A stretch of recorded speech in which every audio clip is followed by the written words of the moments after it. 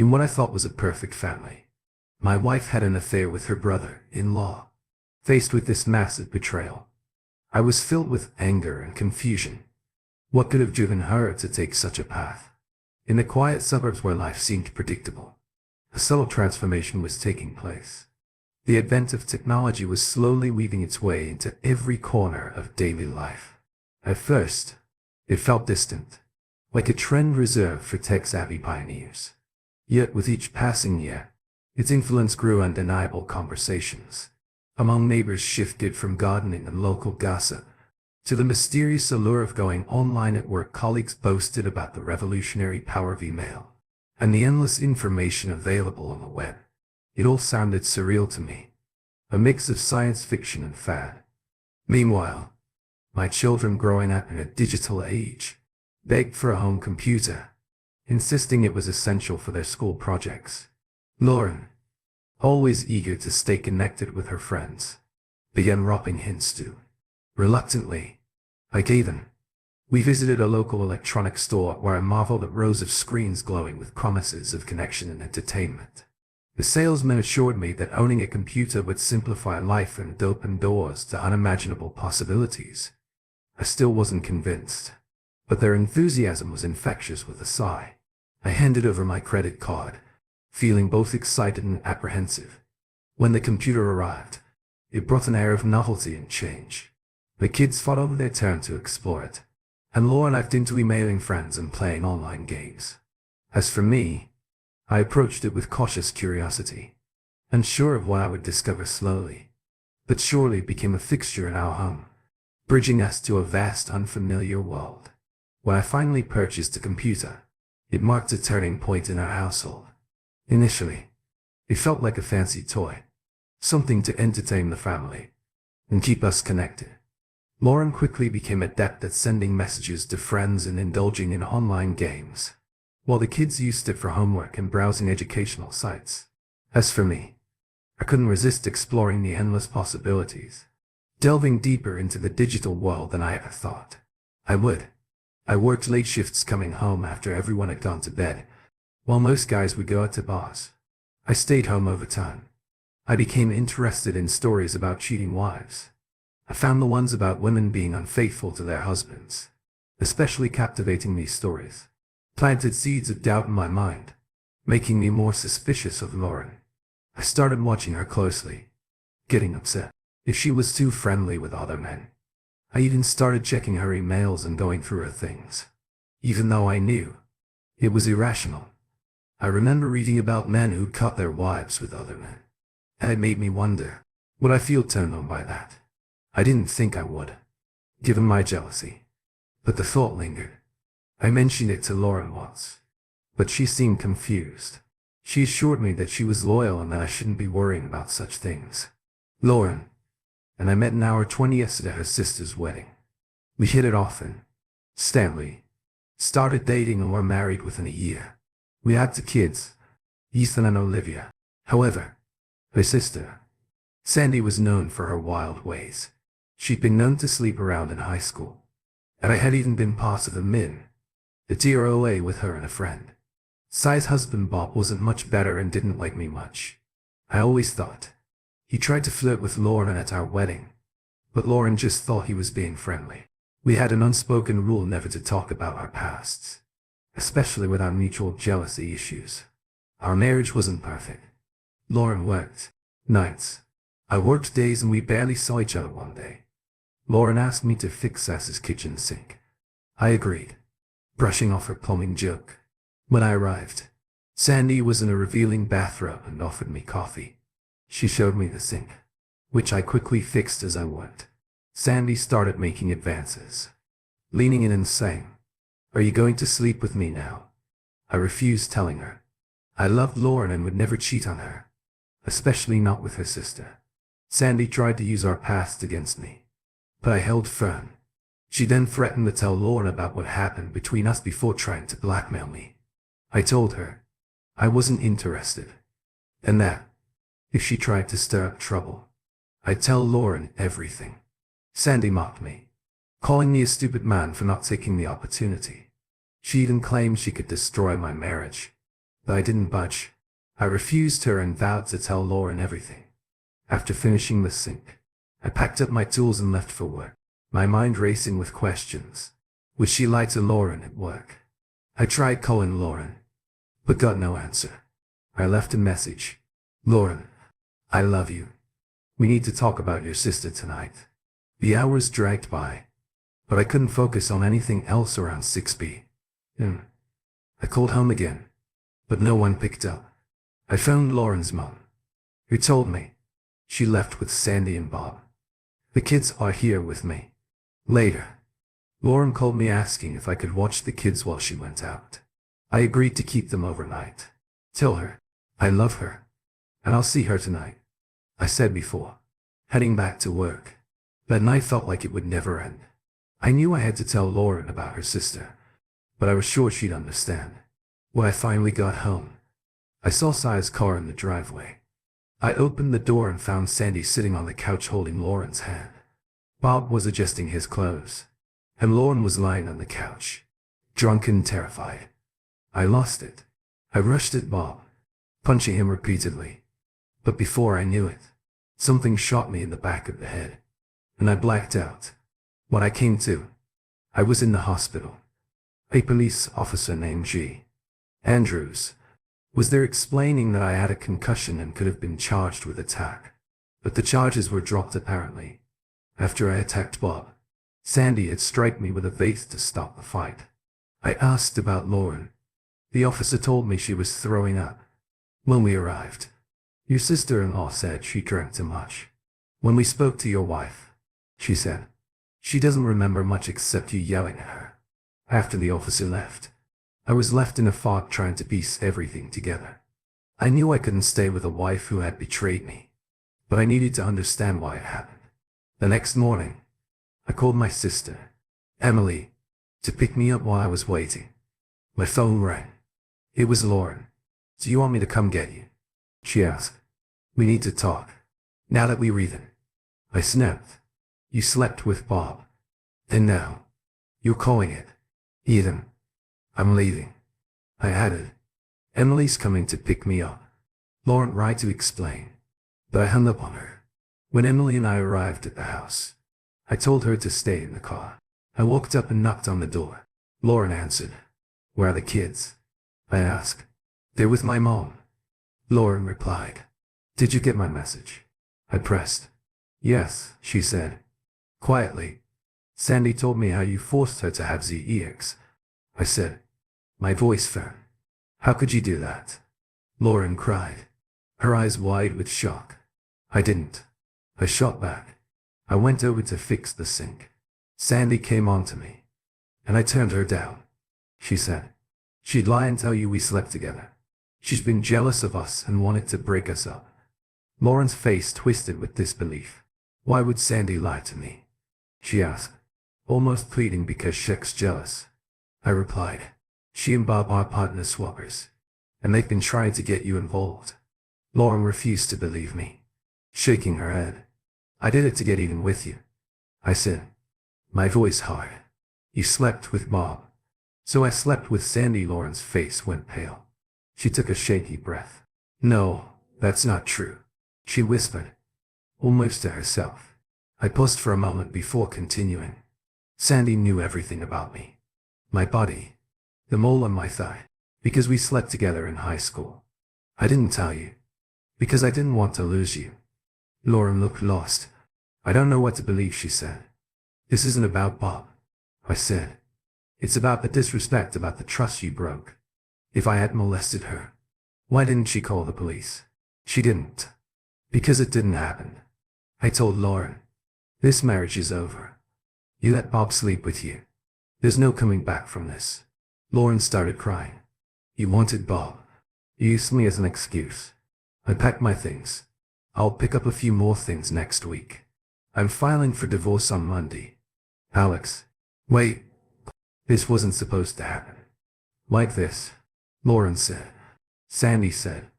We'd forgive each other. I just wanted to get even with you. Stop it.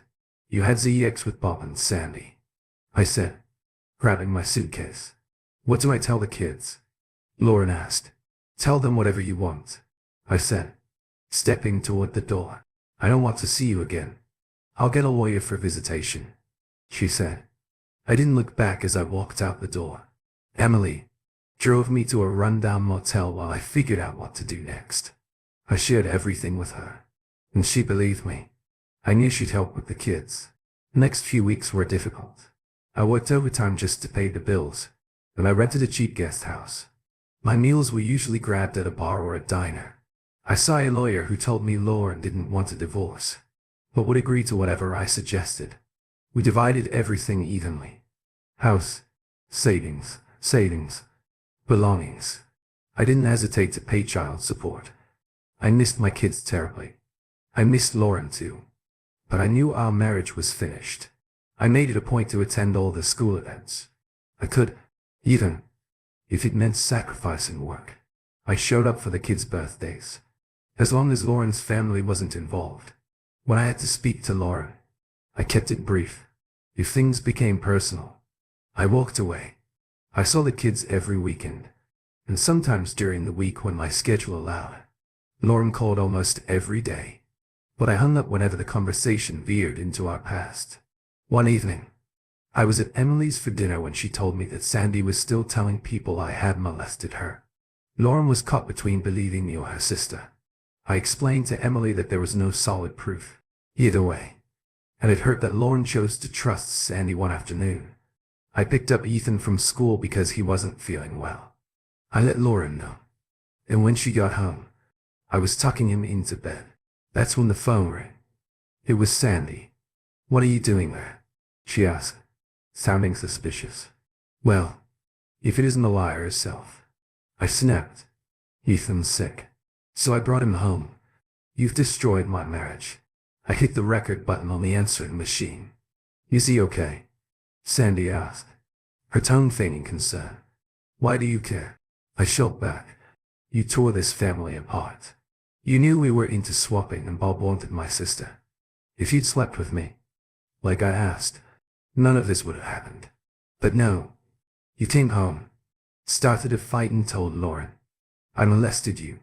Then you got Bob to molest her. What kind of sister does that? She was drunk and you let your husband take advantage of her. And guess what? You can't prove anything I knew from the start. That Lauren would believe me over you. If you need to get laid, call me.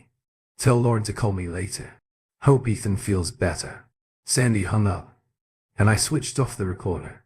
Lauren walked into the room. "Who is that?" she asked. "Sandy," I replied curtly. "You know, the wonderful angel who would never lie to you." Lauren's expression sharpened. "What did she want?" she asked, her tone a little too probing. "I recorded the message," I said, holding back my irritation. "She wants you to call her back. But you know what? I'll see you in court on Thursday. Let's call it a day of freedom." With that, I grabbed my keys and headed for my truck. 5 minutes later, my phone started ringing. Incessantly after ignoring 10 calls, I finally picked up. "Alex, Lauren," said, like in the countryside, her voice trembling. "I'm sorry. Please forgive me. I just talked to Sandy. She told me the truth about everything. You didn't molest her." "Well, it's nice to hear that, but it doesn't change anything," I said, my voice cold in my mind. "You slept with Bob and didn't give me a chance to explain. Even after I told you the truth, you chose to believe your sister's version, and thought I was some kind of rapist.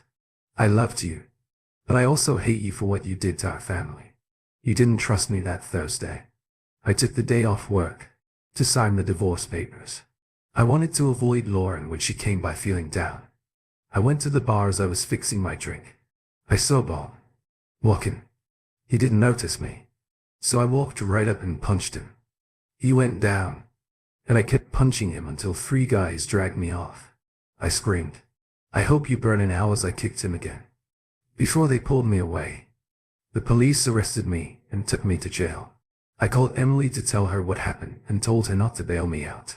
I was going to serve my time. She cried. When I hung up, Lauren visited me in prison, but I refused to see her. It took almost 2 months for my case to go to court. I pled guilty to attack and got 2 years minus time served. Emily stored my things and told me Lauren was sick and wanted to see me. I still refused. Emily said Lauren loves you. Her family is furious about what Sandy said. She never signed the divorce papers. You're still married. When you go to jail, prison was hell. I was constantly fighting, trying to gain some respect. My cellmate, Lauren, was a lifer who'd homicides his wife and her lover. After a few rough months, I started earning enough respect to avoid being maltreated. Lauren even started talking to me. Then, one day, I was shocked to see Lauren waiting for me during visitation. What are you doing here? I asked, trying to keep my anger in check. This happened when I was in the first or second year of junior high school. I think I was about 13 years old. I grew up in the countryside. I still loved her. She cried, saying, I made a huge mistake. I'll wait for you.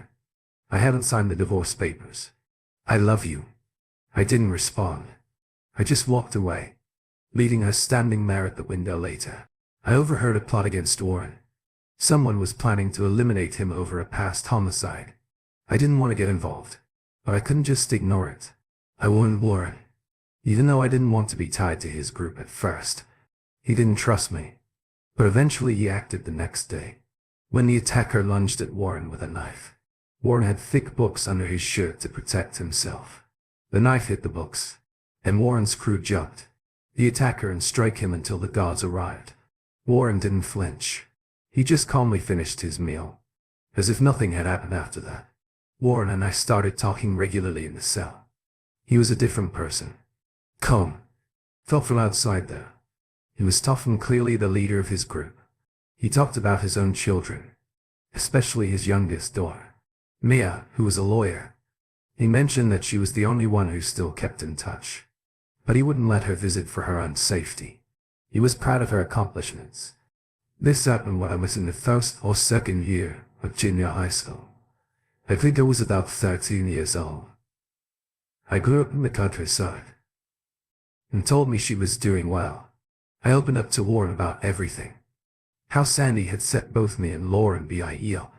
Do you still love her? Warren asked. Yeah, I answered quietly.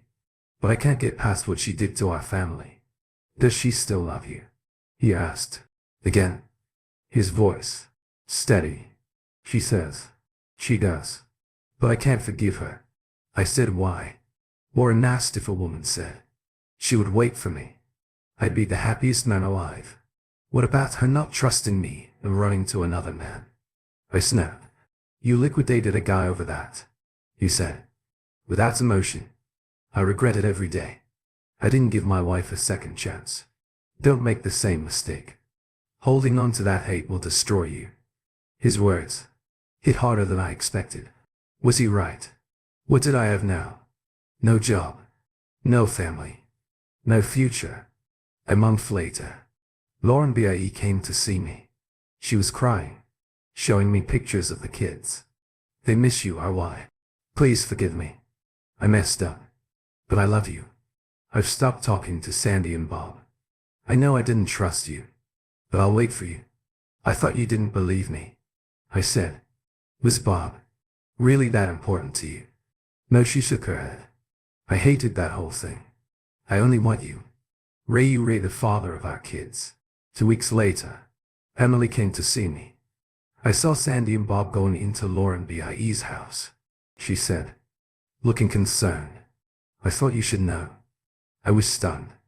Had Lauren BIE been lying to me all this time? I'd been ready to forgive her, but now I wasn't so sure.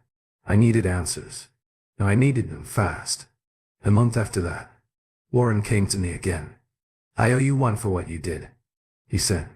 I used to be a lawyer, and I know some people who can help get you out of the parole program. We might be able to speed up your release. I wasn't entirely convinced, but I trusted Warren enough to give it a shot. A few weeks later, I was called in front of the parole board. The governor asked about my prison behavior and my plans for.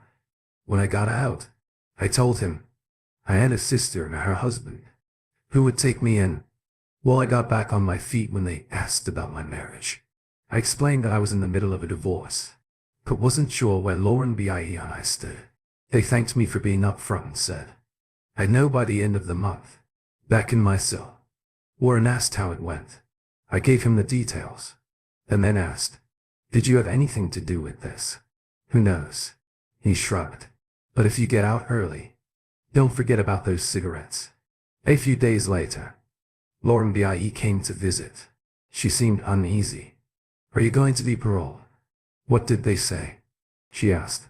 I tried not to show my nerves. She asked where I'd be living and I told her about the breakup, but I still had a faint hope that she might come back. She didn't seem reassured. I shifted the topic. "You said you stopped seeing Sandy.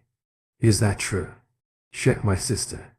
I don't see her much," Lauren replied, but I cut her off. "What about Bob? Have you seen him?" I demanded. "Why are you asking me that?" she said, suddenly defensive. "You lied about Sandy, and now Bob is back in the picture.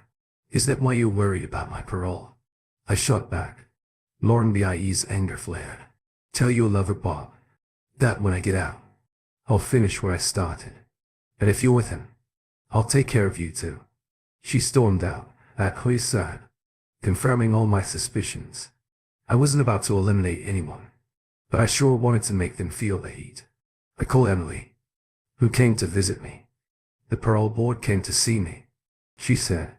"Tenny, and I told them you could stay with us until you get back on your feet." "Did they contact Mr. Parker about my job?" I asked. "Yes," Emily replied. "He said you could come back. You were one of the best workers." "Thanks, Emily," I said, feeling a flicker of hope.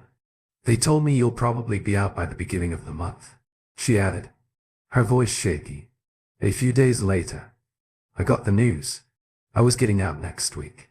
They gave me the name of a lawyer to meet before seeing a parole officer. I wasn't sure why a lawyer was involved, but I thanked Warren when I saw him. "Don't forget about those cigarettes," he reminded me. "They're coming," I said.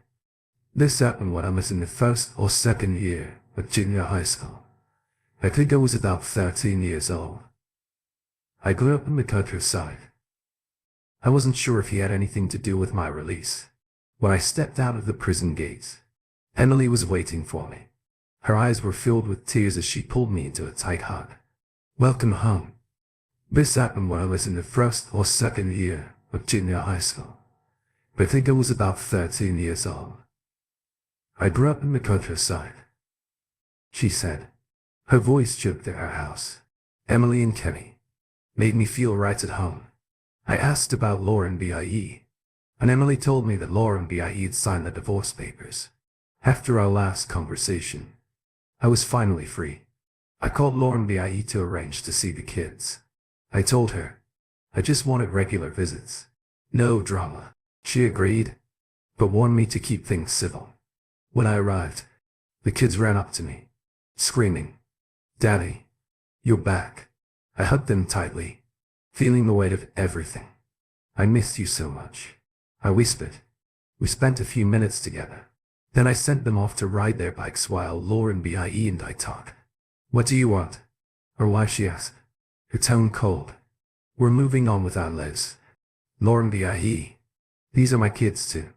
I want to be part of their lives," I said, feeling hurt. "I was ready to forgive you, but you lied again. You went back to Bob and Sandy. I know who they are. I had it and I won't forget that." "You lied to me," Lauren snapped. "I was lonely. Don't mess with me. I know you slept with her. I'm not going to let my kids grow up in that kind of environment. If I find out they are, I will do everything in my power to take them from you," I said, my voice rising. "I would never hurt them," Lauren said, breaking down. "But you ruin our family with Bob. I'll keep them away from people like him. I don't trust you anymore," I said, my tone firm. "But I'll make sure they grow up right. I promise her." "Why?" she pleaded. "I've changed. I won't go back to that. Life words don't mean anything," I replied. "It's all about actions." Now I spent some time with the kids talking about school and their plans. I told them I was staying with you and Emily for now, but that I'd be looking for a place nearby after hugs and kisses. I left to return to Emily's the next morning. I made my way to the law firm handling my case. I was a little uneasy, especially since I hadn't met the lawyer who had arranged my parole. When I reached the receptionist's desk, I asked, "Is Mr. A.J. Daniels available?" I had an appointment. The receptionist gave me a polite smile. "Miss Daniels will be with you shortly. Mr. Thompson, please have a seat." I was caught off guard. I'd assumed A.J. was a man. But a few moments later, a woman in a sharp blue suit approached me, her dimples giving her an almost playful look. "Alex Thompson?" she asked, extending her hand. "I'm A.J. Daniels," she continued. "A friend of mine asked me to review your case. Let's discuss it." She led me into her office. I blinked in surprise. "Why me? Who asked you to help her? Why?" She replied, "It's not important. I was asked to help, and I did. Your previous lawyer let you plead guilty when there were other circumstances at play. Your sentence was way too harsh and the parole board agreed with us to some extent." I hesitated for a moment. "You're really helping me. But who told you to this?" Her expressions often my father, John Warren. He's not the kind of guy to ask me to take on cases like yours. So I figured he must think you're worth it. I couldn't hide my smile. "Can I call you Mia?" I teased. "AJ sounds so formal, and you're way too pretty for that." She blushed, but kept her professionalism sure. "But let's stick to business for now. Would you have lunch with me?" I asked, trying to lighten the mood. "Alex, I don't meet clients outside of work," she said with a smile. "It's not a date. I need to grab lunch before I get back to the office." I grinned. "If you won't call it a date, then I'll call it a business meeting." Mia laughed. "No wonder. Daddy likes you." "All right, I'll allow it. We can go to lunch, but it's strictly business."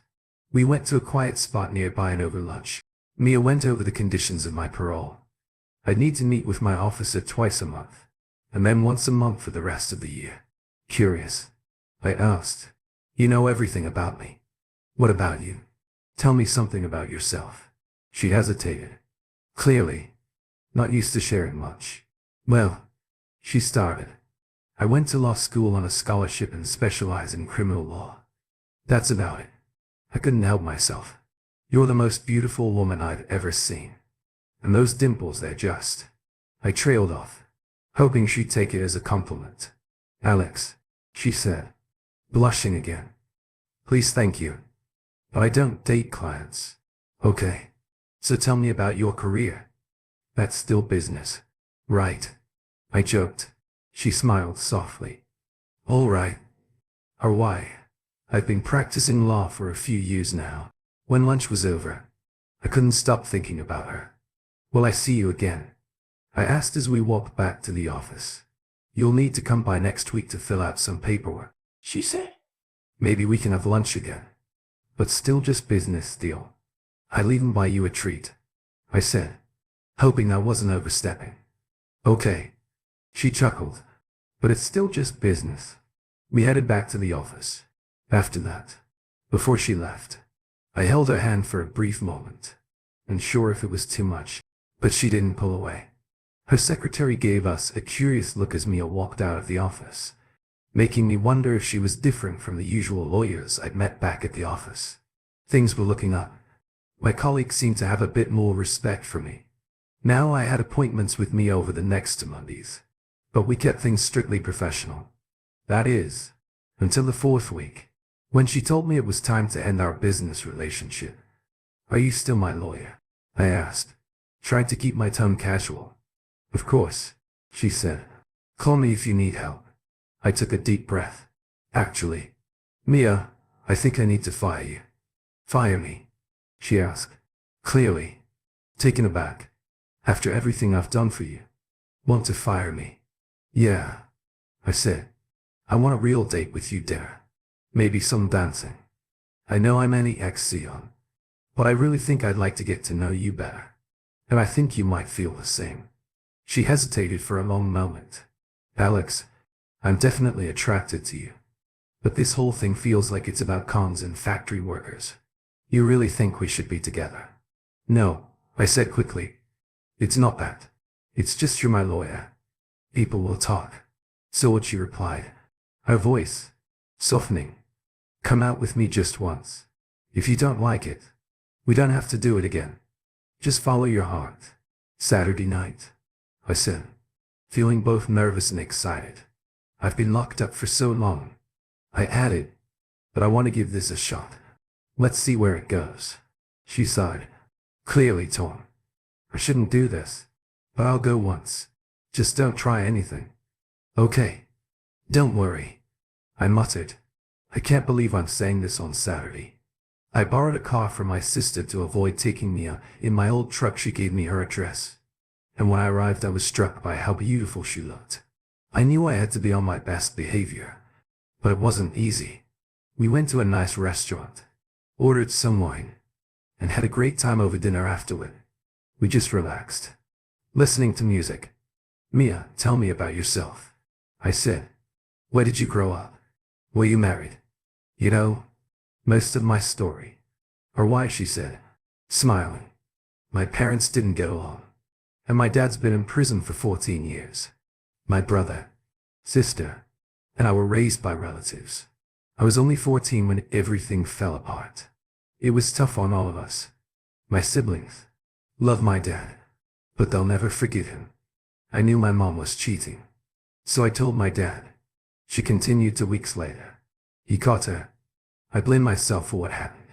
I reached across the table, touching her hand. Mia, you were just a kid. You couldn't have known what would happen after that. I decided to study law, hoping I could help my dad, she said. I went into criminal law, but his case was already beyond saving. HK proud of me.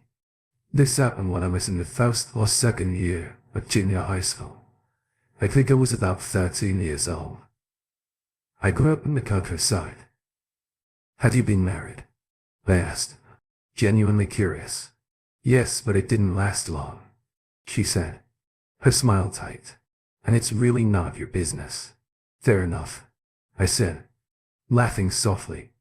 Alex, can we talk about this some other time? I'm having a great time right now. Want to dance? I have to left feet, but that's a good excuse to hold you close, I said with a grin.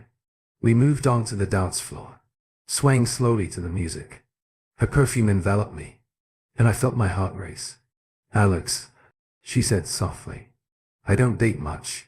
It's hard for me to trust men, especially because of the people I associate with. If my dad hadn't sent you to me, I wouldn't be here right now. Don't worry, I joked. I'll send him an extra pack of cigarettes for this. You're the nicest thing that's happened to me. Or why, she said, her eyes softening. I'll do anything to earn your trust. When I dropped her off, I kissed her gently at the door. She kissed me back, but then pulled away. Can I come in? I asked, suddenly feeling unsure of myself. No, or why? She said, her voice steady, but soft. It's too soon. Next Saturday? I asked, hopeful. Maybe, she said, offering a small smile. Call me Thursday. I felt a sense of happiness as I headed home that day. We saw each other again, the following Saturday, and the one after that.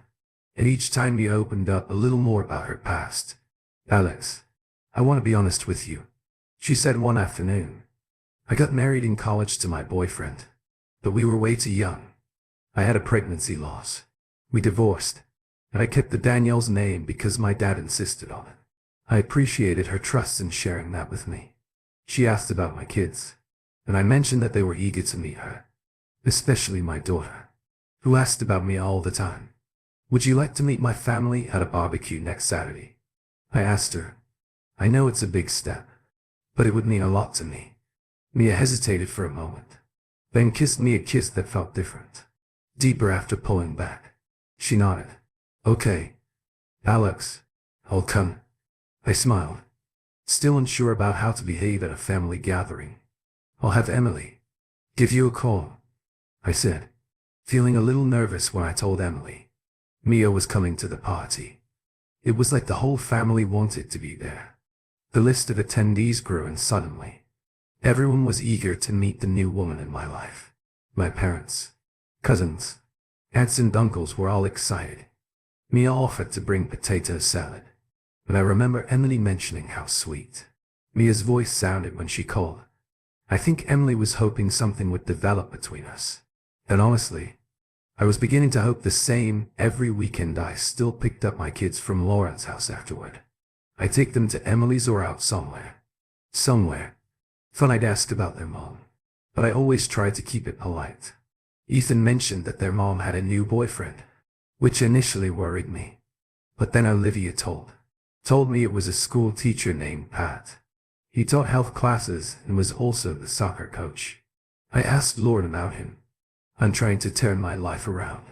Or why, she said. Pat's a good guy. His wife passed away from leukemia a couple of years ago, and he moved here to start fresh. He's got a 15-year-old daughter, and Ethan and Olivia really like her. I nodded. I just want to say this. Lauren, your lies and cheating ruined our relationship. If you really care about Pat, treat him right. And above all, be honest with him.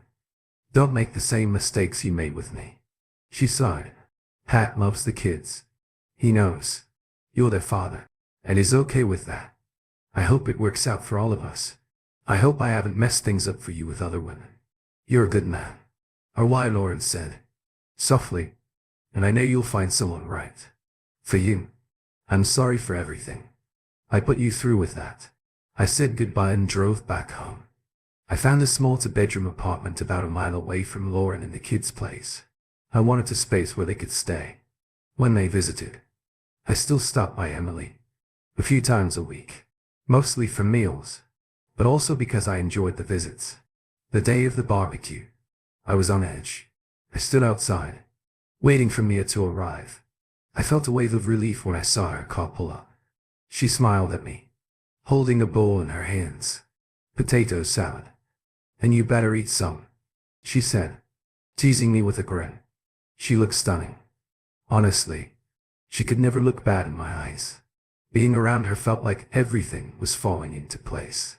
I was already in love with her, even though we hadn't done more than kiss. You just know when something's right. All I hoped was that she felt the same. I introduced Mia as my good friend to everyone, and when I brought her over to meet my parents, she greeted them with a smile and a warm hug. My dad, with his usual bluntness, turned to me and said, right in front of her, "Don't worry, Alex. We already love her, and we don't even know her yet." Mia looked at me, smiling. I took that as a good sign when I introduced her to Emily. The two of them exchanged a look. "Alex, I never told you this before," Emily said, "but I met your sister when I was working on your parole. I didn't mention it before, because it never came up. But now that we roll in the same circle, I wanted to be upfront. I told you I wouldn't lie to you, and that's why I'm saying it now." I was surprised. I had no idea. Emily went on. I hadn't talked to her since then, until she called me about the potato salad. "Is there anyone else I should know about?" I nodded. "Yeah. I've spoken to Lauren, your ex-wife, and I've also talked to Sue and Bob, your boss. I made sure you'd have a job after everything with the bar fight and the police. I did all that as your attorney, but I never expected to fall for you. Mia, I didn't even know you." Mia paused, looking conflicted. "I'm sorry. I didn't tell you about all of this, or why, but honestly, I shouldn't have. You were my client, and I had to know the truth before I could fully support you. If you want me to leave now, I'll go." "I understand." "Leave?" I repeated, heart pounding. "You just said you were in love with me, and that's all I needed to hear before she could say anything else." I grabbed her, kissed her, and then pulled her into a hug. I introduced her to the rest of the family, then told Mia I'd be back in a few minutes. The kids were eager to meet her when I returned. Olivia was the first to approach Mia. "Hi. I'm Olivia," she said, her voice shy, but eager. "Are you Daddy's girlfriend? You're really pretty, just like Daddy says." Mia smiled. "Hi, Olivia. You can call me Mia or AJ, if you want. You're a very pretty gal too. It's really nice to meet you. Olivia grinned, then added, come meet my brother. He's 10, and he's afraid of girls. I laughed. Ethan. This is AJ. Daddy's friend. I saw Ethan shyly shake Mia's hand, then watch as she knelt down to talk to them at their level. It was clear they were hitting it off, and I couldn't help but feel proud. I joined them, and Ethan looked up at me. We like her, Daddy, he said, surprising me. She's pretty and sweet. Once again, Hank just looked at me and smiled.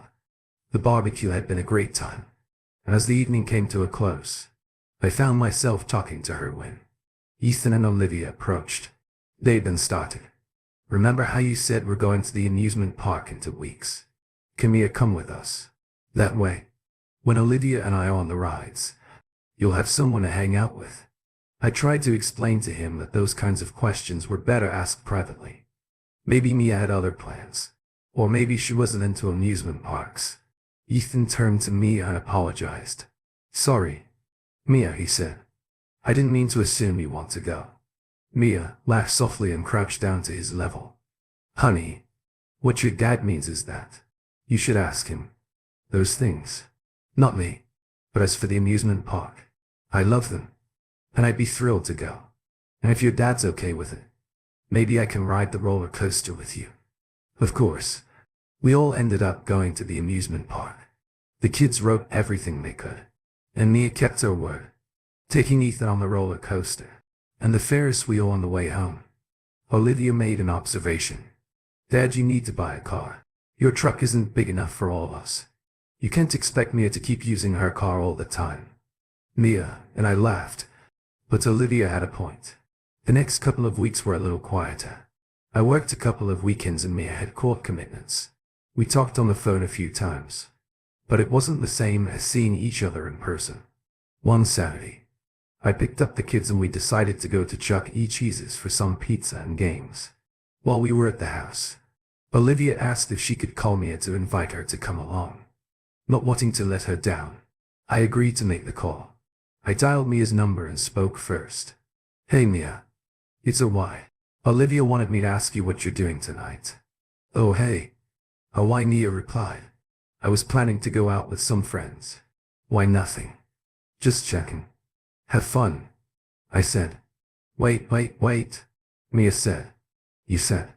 Olivia wanted to ask me something. Can you put her on the phone? I handed the phone to Olivia and listened to her side of the conversation. Hi Mia, Olivia said, cheerfully. Dad's taking Ethan and me to Chuck E. Cheese's for pizza and games. We were wondering if you'd like to come with us. Sure, I'll come. I'll tell him. We miss you too. See you soon, Mia replied. When I got the phone back, I couldn't help but feel a little bad. Sorry, honey, I said, but she's already got plans. Olivia was confused. What do you mean, Dad? She said. She'd be here in half an hour. She's going to buy a car, so she doesn't always have to use her own. Ethan chimed in too. Yeah, Daddy, she said. She misses us after the pizza party where the kids won a bunch of stuffed animals. Thanks to Mia's game skills. I dropped them off at Lauren's house. That night, Mia suggested we spend some more time getting to know each other. We went to my apartment and sat on the couch. My heart was racing as I looked at her and said, aside, Mia, you know, I love you. Right. I wouldn't be here if I didn't mean it. I want us to be together. She looked at me, a mixture of vulnerability and trust in her eyes. I haven't trusted anyone in a long time, she said softly. All I ask is that you be gentle. I don't want to be used. I want to feel loved. We moved to the bedroom, taking our time and savoring each other's company. I gave her a relaxing foot massage, shared a playful moment, tasting the whipped cream she had smeared on her belly, and we spent hours simply enjoying each other's presence. The most special part was holding her afterward, feeling the closeness and connection. She stayed the night. I woke up early and made French toast. When Mia came out of the bedroom wearing one of my t-shirts, I couldn't help but smile. I can't believe how great you look even in the morning, She smiled, took a quick shower, and we sat down to talk. Mia, what comes next for us? I asked, genuinely curious. I love you. My kids love you. And my whole family is crazy about you. What do you want for the future? She laughed lightly. Alex, I sound like a lawyer, she said. We've only known each other for a few months. And last night was our first time together. But that's enough. Right. I know it's been short, but I want you in my life every day, I said, my voice full of conviction. And if we haven't made love enough yet, we can go back to the bedroom and spend the whole day there. Mia smiled warmly. Alex, I want to marry you. Will you marry me? Her eyes filled with tears. Alex, I don't take love lightly. I made a mistake once. But yes, I will marry you. I will always be there for you and your kids. I'll always be honest. And I'll never cheat. I expect the same from you. She came over and kissed me deeply. What's wrong, sweetheart? I asked, noticing a mix of emotions on her face. You look happy, but also sad. She took a deep breath. I've been thinking about my dad. Most girls dream of their wedding day. How their father will walk them down the aisle and give them away. I know that won't happen for me. And it makes me sad. She wiped her eyes. The last time I got married, my dad didn't even know about it. By the time I told him, I had already miscarried and was getting a divorce. I reached out and held her. I'm sorry, Mia, she whispered, trying to smile through her tears. I shouldn't be thinking about this right now. I'm going to marry the man. I love the man, who I know is perfect for me. What? I asked, surprised. You loved me from the start. She smiled softly. From the first moment I saw you, I wanted you. I think you knew that. I smiled back, feeling overwhelmed by her honesty. When do you want to get married? She asked gently. Anytime, I replied. It will be on your terms. We both agreed that we wanted the wedding to happen as soon as possible. I asked Mia if I could start telling people, and she agreed, saying she would handle it on her end as well. The only thing left to decide was the date. After some discussion, we settled on 2 months from now. For the next few days, I was on cloud nine. I couldn't wait to share the news. So I called Emily and her husband, Ken. They were both thrilled for us. I also needed to tell the kids, so I called their house and set up a conference call. When they heard the news, they both screamed with excitement, expressing how happy they were and how much they liked Mia. I told them the wedding would take place in a couple of months and that they were among the first to know one day. I went to Mia's office to check in with her and Mary. Her secretary congratulated me. She mentioned that Mia had already told everyone, and had invited everyone to the wedding reception. Mary called Mia, and I was told to come in when I walked into her office. Mia was sitting there, quietly, crying. Mia, what's wrong? I asked, rushing over to her. She looked up at me with tears in her eyes. I called the prison, she said, her voice trembling. I asked, this happened when I was in the first or second year of junior high school. I think I was about 13 years old. I grew up in the countryside. If my dad could be granted a day off to come to our wedding, he told me. It's not possible since my dad is serving a life sentence. He's not allowed to leave, he said. There's nothing he can do. Mia wiped her eyes and I wrapped my arms around her. I'm so sorry, Mia, I said, feeling my heart break for her. I know how much your father means to you. She gave me a sad smile. Alex, it's worse than I thought.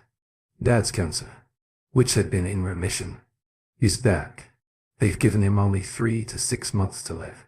She started crying again, and I held her close, wishing I could take her pain away as I held her. I silently thought to myself, why is this happening to her? She deserves so much better. I kissed the top of her head and whispered, Mia, I've been sending your father cigarettes ever since I got out. It's something I promised him. I'm so sorry, she whispered through her tears. It's not your fault, I reassured her. Your dad doesn't smoke anymore. He uses the cigarettes people send him to trade with the other inmates. He didn't do this to himself. I didn't want to upset her any more than she already was. But I had an idea. I kissed her goodbye and told her I'd see her the next day. This happened when I was in the first or second year at junior high school.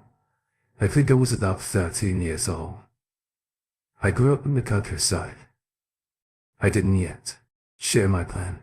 The next morning, I called in CIK to work and went to visit the prison. I needed to speak directly with Warren and the warden. When Warren saw me, he greeted me with a warm smile. "You take good care of my girl, Alex," he said. "All I ask is that you make her happy. She deserves the world." I explained my plan to Warren, but at first he rejected it. After some convincing, he finally agreed, but only on the condition that I could persuade the warden. I thanked Warren and headed to the warden's office. When I arrived, the warden nodded in greeting. "Well, or why I hear you're getting married," he said. "I'm sorry about Warren's situation, but you know, Hume's a lifer. We can't make exceptions for family events like weddings." "Warden, in a thirst," I said. "How much authority do you have over the prison? Can you make decisions about what happens here?" He raised an eyebrow. "Depends on what you're asking," he replied. "I'm asking if we can get married on the prison grounds." I explained we could use the chapel and Warren could walk his daughter down the aisle. "You want to have a wedding in prison just so her father can be there?"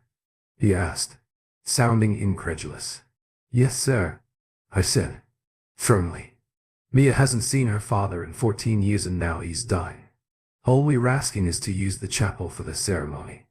I know there have been weddings here before. The warden paused, clearly weighing my request. Finally, he nodded, slowly. "All right, or why? I'll make it happen," he said. "But it won't be a big affair. You can invite 3 outsiders. Besides yourself and your fiancé, Warren can invite a few inmates and you'll need to use a prison attendant to officiate the ceremony." Relief washed over me. "Thank you, Warden," I said, genuinely grateful before leaving to share the news with Warren. When I found him, I smiled and said, "John," using his nickname. He chuckled at the familiar tone. The warden agreed to my idea. I continued, "I'm heading back to tell Mia the good news." Warren's expression softened. "Thanks, Alex," he said. "I know it'll mean the world to her." Before I left, Warren gave me a piece of advice. "Here's a number for Mia," he said. "When she goes to the bank, have her ask for a birth certificate. The account is still in her maiden name." I wrote down the number and made sure to tell him how sorry I was about his illness. "Just take care of my girl, John," said. "That's all I want." I headed back to Mia's office. She saw the smile on my face and immediately asked, "What's going on? What's the good news?"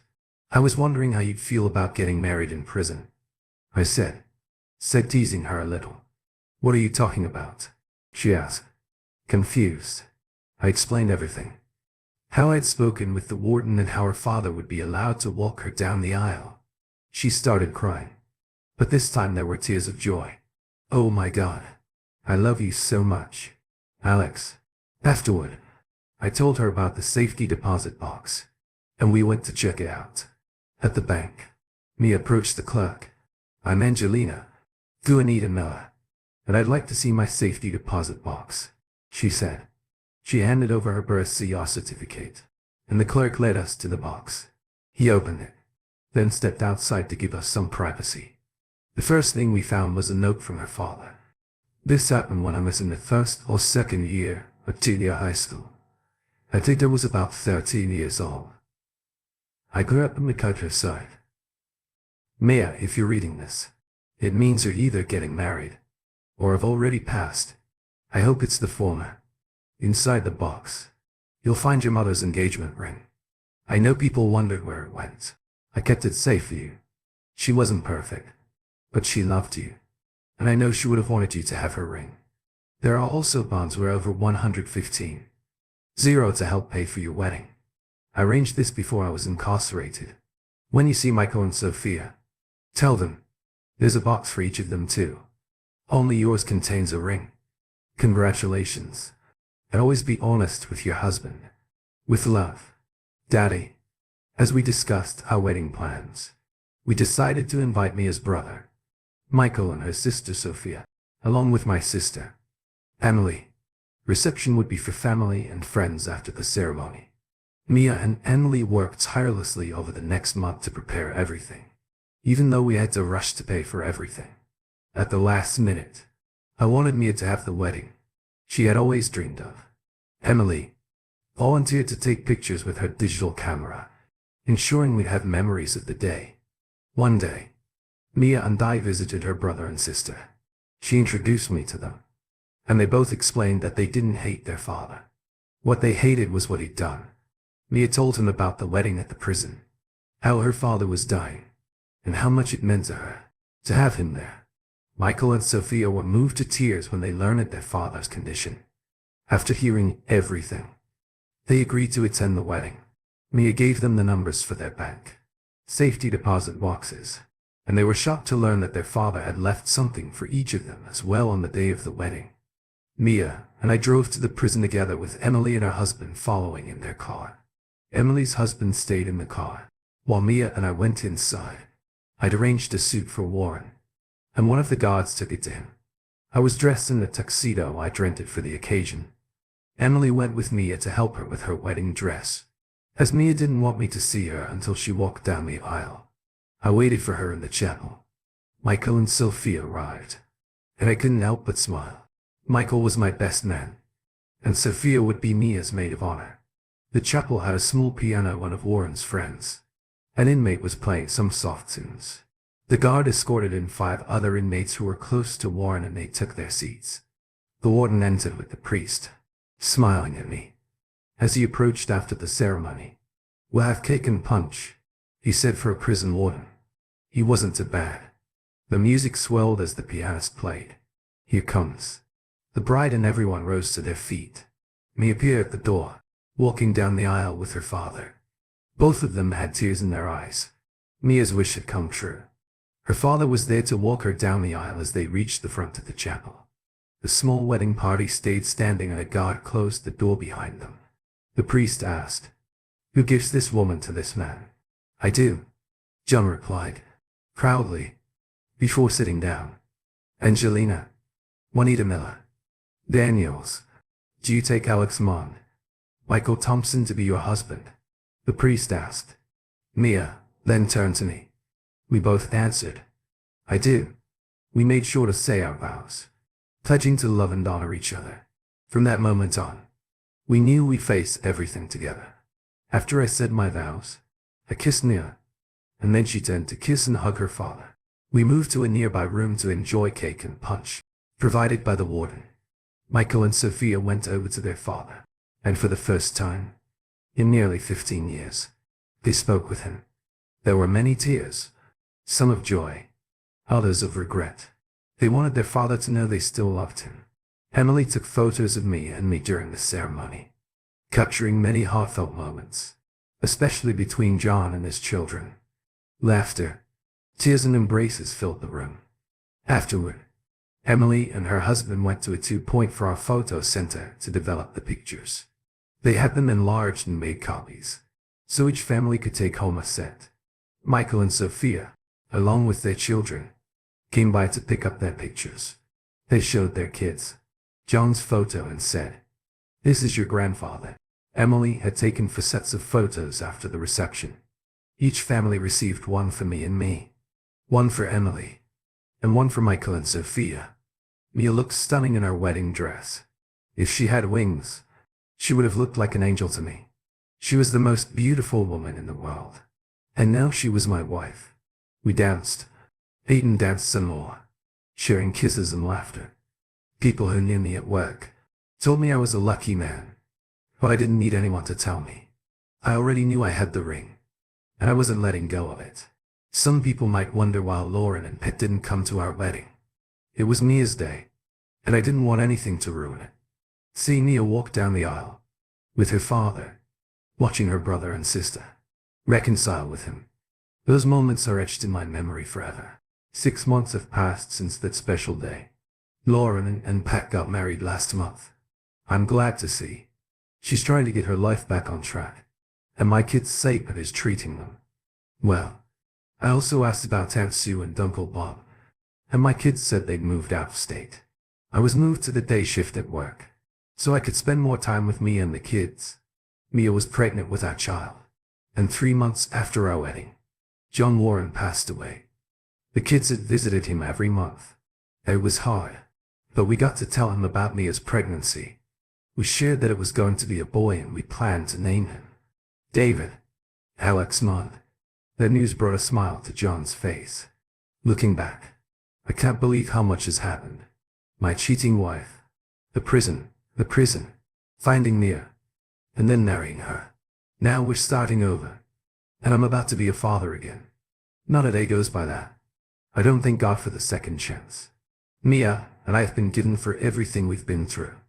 We have each other, and that's more than I ever expected. Life moved forward, in a way I never thought possible. Mia and I settled into our rhythm as newlyweds, navigating the joys and challenges of blending families. The kids adored her, and as the months passed, Ethan and Olivia seemed to blossom under her gentle care. They were just as excited as we were about the arrival of their baby brother, often arguing over who would hold him. First work kept me busy, but coming home to me and the kids made every long day worth it. The house was filled with laughter and warmth, a stark contrast to the darker days that had once defined my life. I still thought about Lauren occasionally, mostly because of the kids, but our conversations remained civil and focused on co-parenting. Pat seemed to be a steady presence in our life, and I silently hoped she'd found the peace she'd once lacked. When David Alex Mon was born, he came into the world with a wail that seemed to declare he was ready to take on anything. Holding him in my arms, for the first time, I was struck by how life had a way of healing even the deepest wounds. Mia smiled as she watched us, made everything feel complete. We visited John Warren's grave on what would have been his 65th birthday, bringing David along to meet his grandfather. Mia placed flowers on the headstone, her eyes glistening with tears. While I held her close, "He would have been so proud of you," I whispered. As the seasons passed, the pain of the past faded into a distant memory, replaced by the love we built together.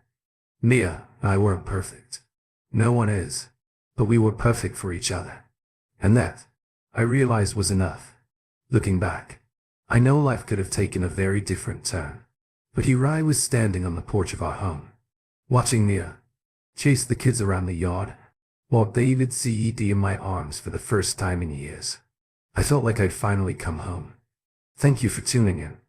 If you enjoyed this episode of the story, please give it a like. And don't forget to subscribe to get notifications for updates.